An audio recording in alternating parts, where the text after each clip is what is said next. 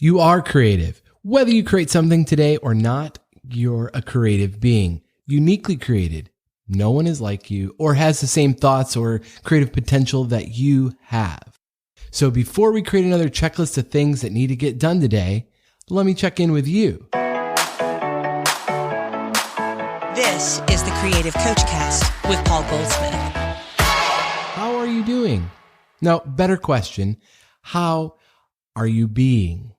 We're all human beings, not human doings. And I had this breakthrough after a recent breakdown with my schedule. When I launched my second company with its own email and calendar, I found myself with, including my personal account, 3 calendars. It didn't take long before I was double and sometimes even triple booking myself. The breakthrough came since that, hey, I'm only one guy. I can only show up for one appointment at a time. Maybe I should merge the calendars. What a concept. What a relief. This insight led me to all the ways that we try to divide ourselves up into work mode, home mode, parent mode. You get the idea. If there's chaos at home, it's going to affect your work, obviously, and vice versa. If work is super stressful, it's going to come home with you. So in order to be our most creative, best selves, we must check in with ourselves and be aware of the condition of our whole self, our heart, mind, body, and soul. So let me ask you, what are you doing to care for each area of your being? I know for a lot of people, myself included, the COVID-19 pandemic raised our awareness of our own health and what we're doing to take care of it. And it really crystallized in my mind that each of us are responsible for our own health.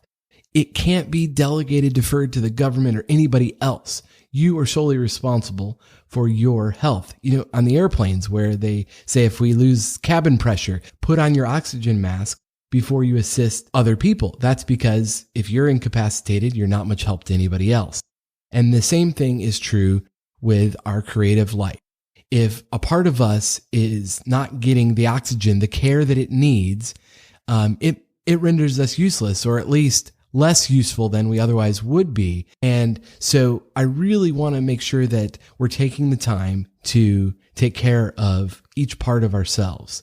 To be the highest and most creative self, we must nurture the deepest part of ourselves. Your innermost creative ideas. What is a creative idea? It's an original concept that maybe isn't proven yet, and so it needs to be protected. Your inner creative ideas are childlike. And to come out and play and experiment, it needs to feel safe. You're likely skilled at your job or several jobs, but to go deeper and find new ways to create again, to create something new, that's not just like the last thing you created. It requires an environment of safety and wellness. If any part of your being, mind, body, soul, or heart, is wounded and in hiding, you must check in with yourself so that you can be honest with yourself. Let's take each one. Your heart, for example. Do you have a passion project, a hobby? And most importantly, how is your relationship with your loved ones? Your person and the people you love most must be well cared for before you begin work that requires your whole heart. And if there are toxic people in your life, boundaries set so that your heart is free to create. Your soul, the deepest part of your being. Are you at peace? Do you have a practice of prayer or meditation to check in with how you're doing at the deepest levels? What about your mind? Are you consumed with worry and fears and all kinds of conflicting thoughts? Do you have a habit of doing things to stimulate and to relieve your mind? Do you read, do puzzles, have a gratitude journal? What are the things you're doing to care for your mind? And finally, your body. Are you drinking enough water, eating enough fruits and veggies, exercising? These are common sense things, but since our whole person is connected, when you do your creative check-ins, what needs attention? Again, this is not a laundry list of things you need to do. To really create something new and go deeper than you've ever gone before, it really requires clarity. There's a word in meditation yoga called equanimity. It just means mental calmness, psychological calmness. A better word might be even integrity, saying and doing the same thing. Wholeness. You're united mind, body, spirit. It's all on the same page. And when we are out of integrity, we try to fool ourselves, and our mind and soul are not on the same page. It's not usually intentional, but that doesn't matter. Our body knows. When we don't get enough sleep and we try to overcompensate with caffeine or another stimulant, our body knows. We're more anxious than normal. You might even sweat and not be able to concentrate. Our soul knows when we refuse to get off the treadmill of busyness. Overworking is not a virtue. It's a mask for not dealing with our stuff. Go, go, go. Send another email. Check your Instagram. It's exhausting. Our souls will tell us to slow down. If only we would listen. When we're out of integrity with our soul, it produces anxiety.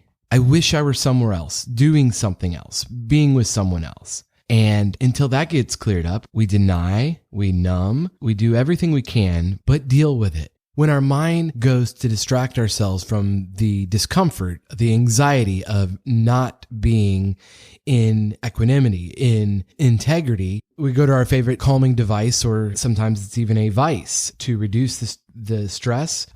Some eat, some drink, some overwork, but the effect is always the same. I would just encourage you to notice the next time you feel anxious, do you grab your phone or a drink or food? Whatever it is, take note of what's causing that anxiety. Are you not doing something you should, or doing something you shouldn't, or putting off something that you have fear about? It's important to capture these moments just to get clarity. Be clear with yourself. What is the source of your anxiety? All progress starts by telling the truth and getting real. Tell the truth to yourself about what you really want. All of us have to deny a lot of good things so that we can say yes to the things we're called to do, the great things that are for us to uniquely create. Integrity is so hard because it's a denial of the easy path. It's admitting to ourselves that we can't have and do it all. It's humbling.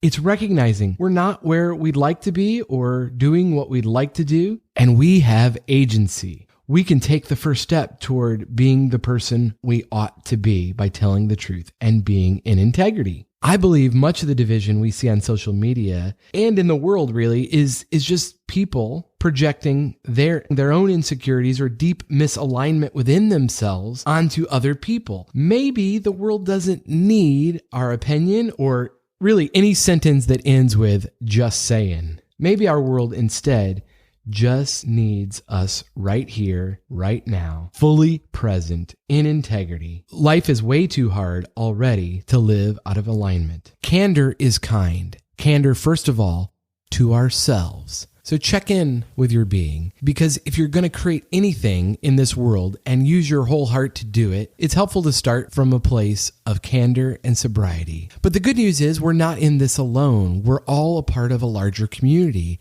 And so if you need help with this, reach out to someone you trust or a coach. I would be happy to help. You know, it sometimes takes another person to point out our blind spots because by definition, a blind spot is something you can't see. So if I can be of help, give me a call. The Creative Coach Hotline is always open. 559-574-3210. That's all for today. Be kind to yourself and have a great day.